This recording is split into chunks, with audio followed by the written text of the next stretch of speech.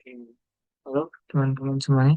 Eh, Sebelum saya mulai, izinkan saya perkenalkan diri terlebih dahulu. Sebelumnya, perkenalkan nama saya Ilhan Dinata, Prodi IF. Dan di sini saya akan menjelaskan apa itu spider food ya. Mungkin saya mulai dari pembahasan tentang apa itu spider food terlebih dahulu ya, sebelum ke cara pemakaiannya. Nanti juga saya akan menjelaskan tahap instalasinya. Kita mulai dari apa itu spider food. Oke, yang pertama, spider food adalah alat open source yang digunakan untuk melakukan automate reconnaissance atau dalam bahasa Indonesia bisa diartikan sebagai pengumpulan informasi secara otomatis gitu ya. Dengan spider food, Anda dapat mengumpulkan data dan berbagai sumber di internet secara efisien dan terstruktur.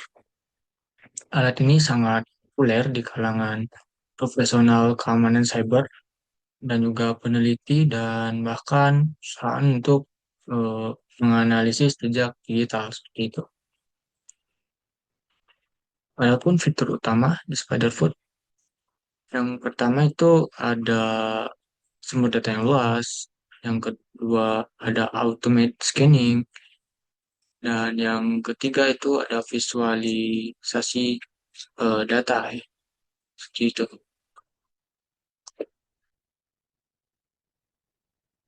Dan yang keempat ada fleksibilitas penggunaan. Mungkin kita akan bahas satu-satu dulu ya dari fitur utama Spiderfoot ini. Yang pertama itu sumber data yang luas. Spiderfoot dapat terhubung dengan lebih dari 100 modul berbeda, termasuk WHO, IS, yang ada Sodan, virtual, virus total, dan ya masih banyak lagi. Yang kedua ada ultimate scanning. eh, Karena menggunakan eh, Spiderfoot ini, Anda hanya perlu memasukkan target seperti domain, alamat IP, atau email, dan Spiderfoot akan secara otomatis melakukan pencarian secara mendalam. Yang ketiga ada visualisasi data. Untuk data yang dikumpulkan dapat divisualisasikan dalam bentuk grafik interaktif sehingga lebih mudah untuk dianalisis. Yang keempat, fleksibilitas penggunaannya. Barefoot dapat dijalankan melalui internet web, command line, atau bahkan diintegrasikan ke dalam sistem lain menggunakan API-nya. Itu. Selanjutnya kita masuk ke cara kerja dari Spiderfoot. Mungkin nanti saya akan buatkan video tutorialnya lebih lengkap lagi bagaimana. Cuman sekarang kita bahas poin-poinnya poin-poinnya aja dulu. Lalu bagaimana sih cara kerja Spiderfoot itu sendiri? Yang pertama itu ada input target. Anda memasukkan target yang ingin dianalisis, misalnya seperti nama domain atau alamat IP. Ya, sesuaikan saja. Yang kedua ada pengumpulan data. Spiderfoot akan mengakses modul-modul yang relevan untuk mengumpulkan informasi dari berbagai sumber terbuka yang ada di internet. Kemudian yang ketiga, eh, analisis dan visualisasi. Setelah pengumpulan data selesai, Spiderfoot menyajikan hasilnya dalam format yang mudah dibaca termasuk di dalamnya ada laporan terperinci dan visualisasi grafik ya, yang nanti akan memudahkan kita untuk membaca datanya seperti itu. Yang kita masuk ke apa sih kegunaan dari Spiderfoot itu?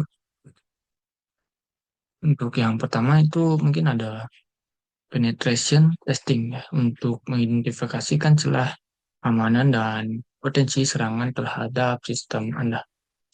Yang kedua ada investigasi keamanan untuk melacak anti aktivitas yang mencurigakan atau penyelidikan kebocoran data yang ada di perusahaan Anda gitu ya contohnya. Yang ketiga, pengelolaan jejak digital. Yang ini untuk mengetahui informasi apa aja yang tersedia tentang Anda atau ya perusahaan yang ada di internet seperti itu. Dan dengan spider food, proses yang biasanya membutuhkan waktu berjam-jam atau bahkan berhari-hari dapat dilakukan hanya dalam hitungan menit. Ya, itu salah satu kegunaan atau keunggulan dari spider food ya. Dan untuk bagaimana cara mendapatkan atau menggunakan spider food ini, untuk spider food dapat diunduh secara gratis karena eh, spider food ini bersifat open source ya, siapa aja boleh menggunakannya. Dan Anda dapat menemukannya di situs resmi mereka di spiderfood.net atau mengunduhnya langsung melalui GitHub. Jika Anda menginginkan fitur seperti fitur tambahan seperti API atau dukungan premium tersedia juga di versi komersial, yaitu di Spiderfood HX.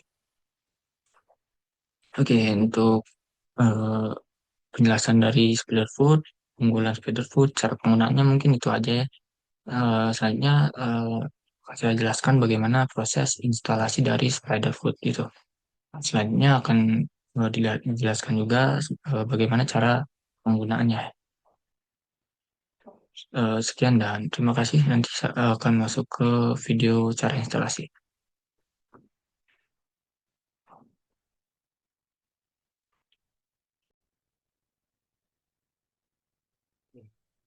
Halo teman-teman semuanya, kembali lagi bersama saya. Dan untuk tutorial kali ini,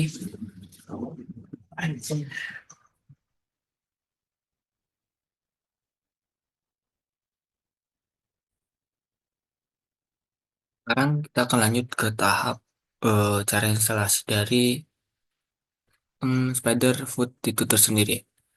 Oke, pertama-tama kita masuk ke halaman ke browser gitu ya, terus cari Spiderfoot Windows yang dan cari yang on walk ini ya, klik terus download app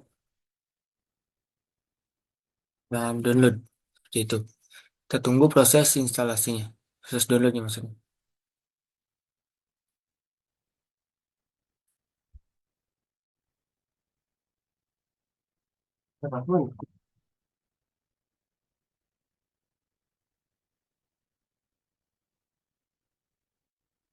Oke, kalau udah download kita langsung ekstrak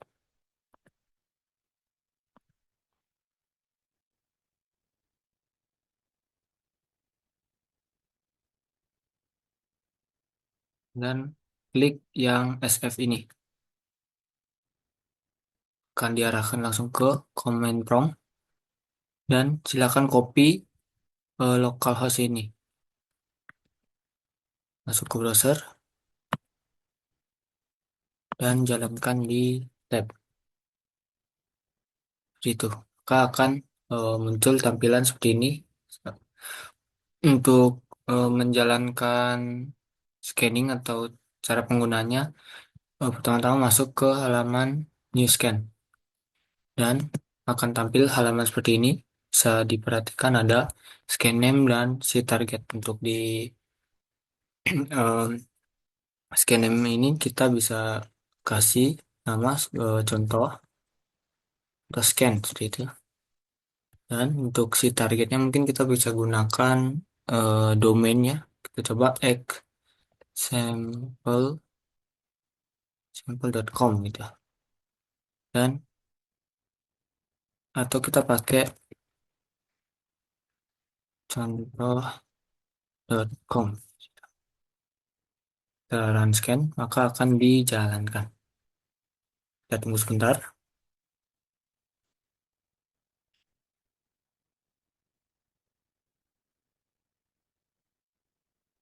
Untuk proses ini mungkin akan memakan beberapa waktu ya karena masih proses pencarian atau scanning gitu.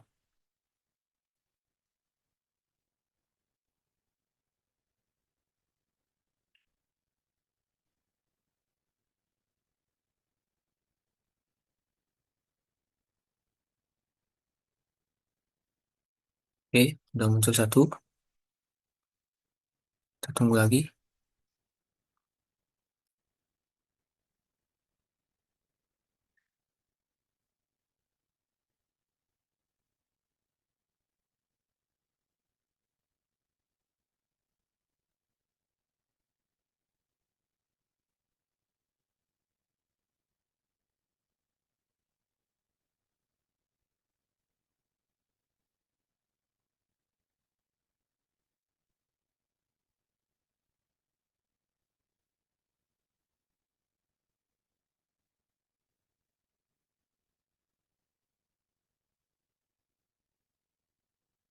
Kita lihat ini grafiknya ya.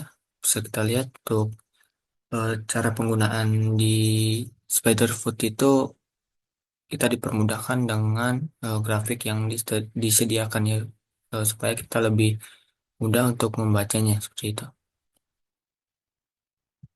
Ini masih proses scanning ya. Kita tunggu aja seperti itu.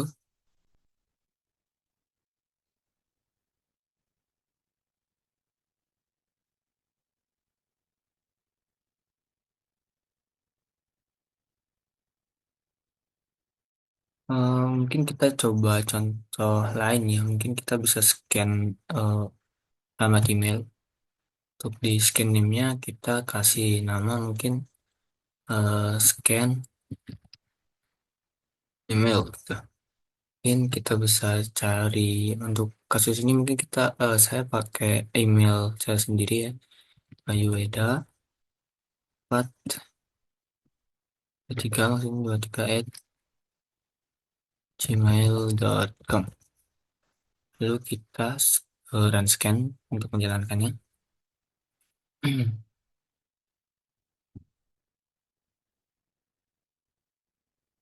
Kita tunggu.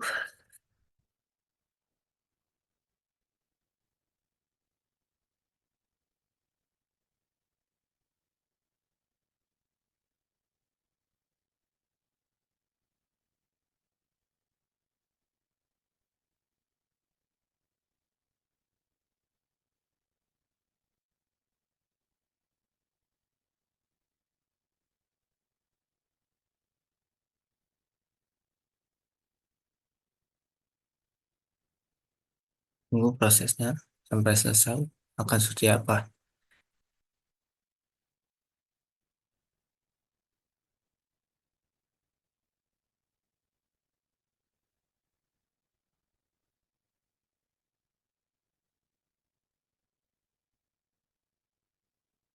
Ini membutuhkan waktu agak lama ya teman-teman karena eh, internetnya yang saya pakai sekarang itu agak lemot gitu.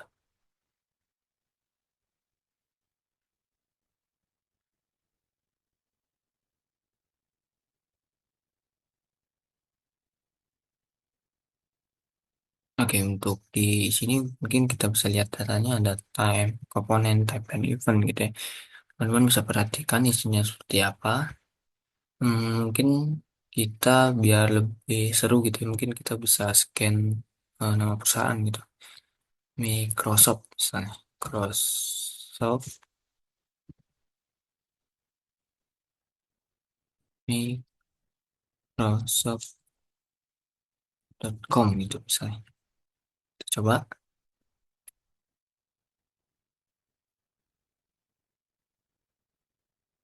tunggu sebentar.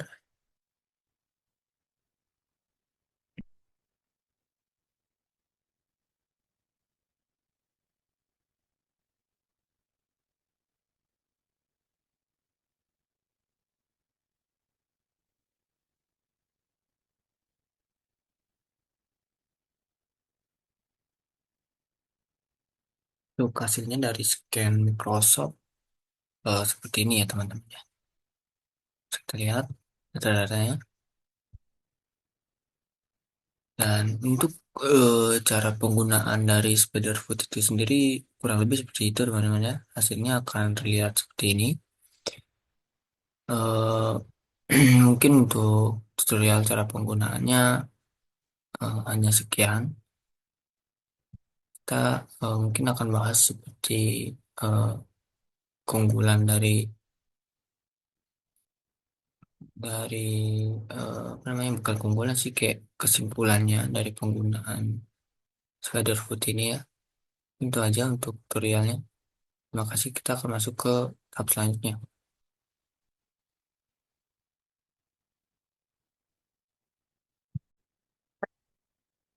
Oke, teman-teman. Tadi sudah dijelaskan ya cara penggunaan dari Spiderfoot itu tersendiri. Cuman itu yang saya jelaskan tadi merupakan salah satu cara gitu ya. Salah satu cara penggunaan dari Spiderfoot itu tersendiri. Dan Sebenarnya ada cara lain untuk menggunakan atau cara menginstal Spiderfoot itu, yang cara lainnya, teman-teman bisa masuk ke eh, alamat URL berikut, yaitu apa namanya, Spiderfoot Spiderfoot GitHub gitu ya. Dan teman-teman akan yang pilih yang paling atas, maka teman-teman akan melihat repositori dari Spiderfoot itu tersendiri. Bisa dilihat di sini penjelasannya. Spiderfoot itu yang pertama ada fiturnya apa, untuk apa, digunakan untuk apa gitu ya. Teman-teman bisa baca. Untuk lebih jelasnya, teman-teman bisa kunjungi situs ini. Teman-teman bisa coba dan baca sendiri gitu ya dokumentasinya. Dan di sini ada penjelasan tentang cara instalasi dan menjalankan gitu ya. Untuk menjalankan Spiderfoot ini, dari cara ini teman-teman perlu memerlukan apa namanya, hal yang perlu diinstal gitu ya. Yang pertama ada Python. Pythonnya itu minimal versi 3.7 gitu ya, supaya teman-teman bisa menjalankannya. Dan juga kalau teman-teman belum menginstal Git di device teman-teman, teman-teman perlu menginstal juga Git untuk bisa menjalankan atau nanti bisa mengclone gitu ya repository dari GitHub gitu. Untuk penjelasannya bisa dibaca di sini. Yang pertama itu ada, pertama-tama teman-teman perlu git clone, supaya nanti teman repository dari GitHub akan tersimpan gitu ya, terinstall di device teman-teman gitu.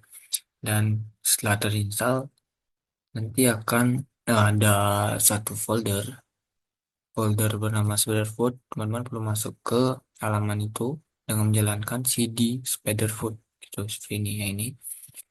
Dan ketiga, teman-teman perlu menginstal dependensi untuk nanti bisa menjalankan Spiderfoot itu.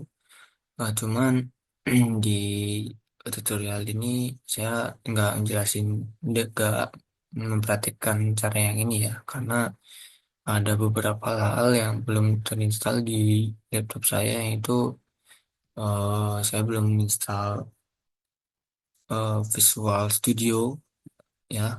Dan kalau nggak install nanti akan terdapat error. Dan juga kalau misalnya di device teman-teman udah terinstall, teman-teman tinggal jalankan ini aja, maka nanti akan terinstall dependensinya gitu.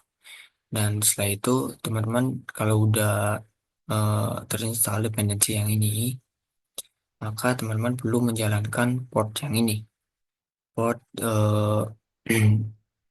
yang ini, yang ini yang saya blok. Dan kalau udah, nanti teman-teman tinggal eh, jalankan port itu di browser teman-teman. Ya, nanti akan muncul halaman yang sama seperti yang saya contohkan tadi. Dan mungkin cara instalasinya beda, tapi kalau udah terinstall dijalankan itu hasilnya akan tetap sama seperti contoh yang sebelumnya, seperti itu teman-teman.